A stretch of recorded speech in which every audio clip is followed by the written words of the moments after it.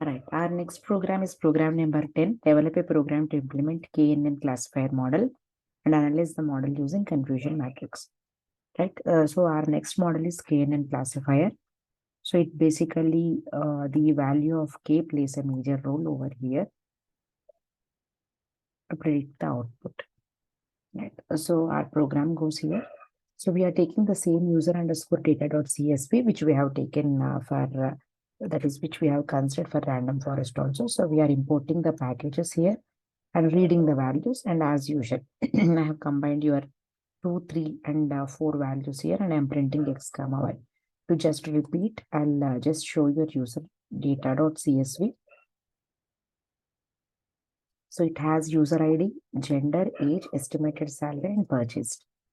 Right. So these all are the input variables, and purchased is the output variable, which has either zeros or ones.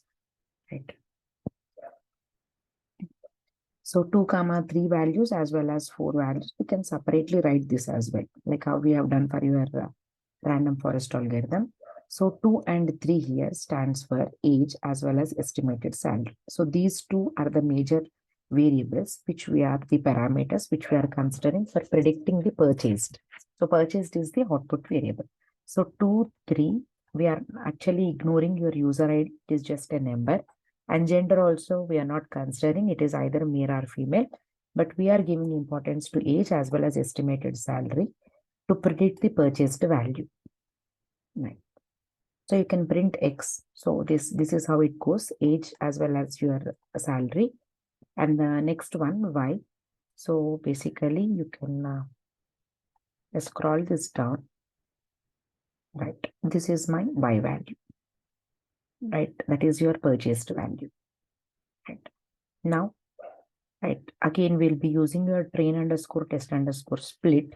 So the training data is 75% and the testing data is 25% again. And respectively, when I define 0.25 as a test size by implicitly, that means the training data is 75% and the testing data is 25%. And from this X, what was our X? Age as well as estimated salary, 400 rows, complete 400 rows of the data, for which columns age as well as estimated salary stands for X. That is what we have basically given here, 2, 3. 2, 3 is age and as well as estimated salary. Now, what is your fourth one? Fourth one is purchased, right? So what are we basically doing? I'm dividing the data set into 2 parts. One is training data set and another one is testing data set. So with what percentage I am considering? As I gave the test size is 0.25, 75% remains as training data and the 25% remains as your testing data. So this X, 400 rows of X, 75% stands for X underscore train, 25% stands for your X underscore test. Similarly, Y. 75% of the Y is Y underscore train data and the remaining 25% is Y underscore test data. Now, as we have discussed in the earlier program, we will be using the standard scalar to basically standardize your age as well as salary values. Salary is minimum 5-digit number over here and the age will be maximum 2-digit number, right? We won't basically give 100 also. So the maximum age limit we'll be using, as if you take 99 itself is more. Even if you take 99 also, the age will be 2-digit, but your salary is 5-digit. So in order to standardize those two values, we use your standard scalar method. Right. We'll basically run once this program again. I'm running this cell. Right. So this is the output, X as well as Y. We are printing both the values. Then I'll run this also. Training data and testing data. If needed, we can basically print your X underscore train in the next statement. You will be getting the X underscore train as the values. For example, I can just write here X underscore train and we'll run the cell again like this, right? So this is your X underscore train data. Similarly, I can again insert one more and I'll be writing it as Y underscore train. Right? Y underscore train is this data. You can even print I just go back. We have printed x underscore trend. Similarly, you can print x underscore test as well as y underscore test also.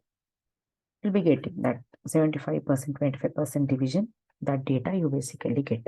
Now, standard scalar, as I said, your age as well as your salary, right? So they both need one standardized method. So we usually transform the data. For example, now if at all I print x underscore train now. See, y is only the purchased. It is either having 0 or 1 value. But x has 2 columns values, which is age as well as estimated salary, and there needs to be a standardization among those 2 variables. For that reason, we are using your standard scalar. Using your standard scalar, we are transforming the output. Right now, I'll run this cell. You can see that this is the common transformation of both the values. Right now, this time, running this one. Right, what was our program here? KNN classifier. So this is your K-neighbors classifier. Directly we'll be inputting your K-neighbors classifier, and the parameter, the most important parameters n underscore neighbors, which is actually the K value. So I'm assuming the value, right? If at all I write n underscore neighbors is equal to 5, the K value is 5. If I write n underscore neighbors is equal to 10, the K value is 10. So I'm calling directly the function K-neighbors classifier, right? And now using your fit data, I'm fitting x underscore train as well as y underscore train. So 75% and 25% same thing. So training the data, that is x input, training the training set of the data for the input as well as training data set for the output is used is actually used by your model. Which model it is? K-neighbors classifier model, right? And it basically, right now, once it fits the data, that is, it is learning with this x underscore train and y underscore train, 75% of the data. Then this is the output. Directly it gives the same output here. K-neighbors classifier and n neighbors is equal to 10. Right now, the next one is you need to predict the same thing, like x underscore y underscore train is for your training the data and the remaining testing the data. So I am predicting value with your x underscore test here. And I am writing, that is, I am predicting the values. Right? Well, you got the values, but what is the next one? I need to go with your score, accuracy score here. So what is your accuracy score? X underscore test as well as y underscore test. Just I am giving the value to print the score value between your x underscore test and your y underscore test. Then next, I'll be printing your y underscore predict. What is our y underscore predict? Which your model has predicted, right? So this is what your model has predicted. Then again, considering your confusion matrix to analyze the output. So we basically print the confusion matrix between y underscore test and y underscore predict. As I said, y underscore test is the actual, this is from your user underscore data CSV file. Y underscore predict is what we have, that is what our model has predicted.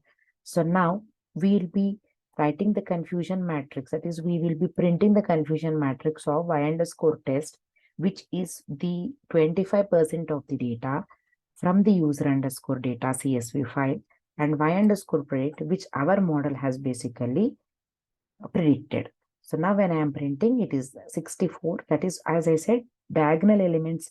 Usually the diagonal elements will represent the correct values. So how many we got the correct values? 64 plus 29 are the correct values. Out of how many values you got this value? Out of 64 plus 4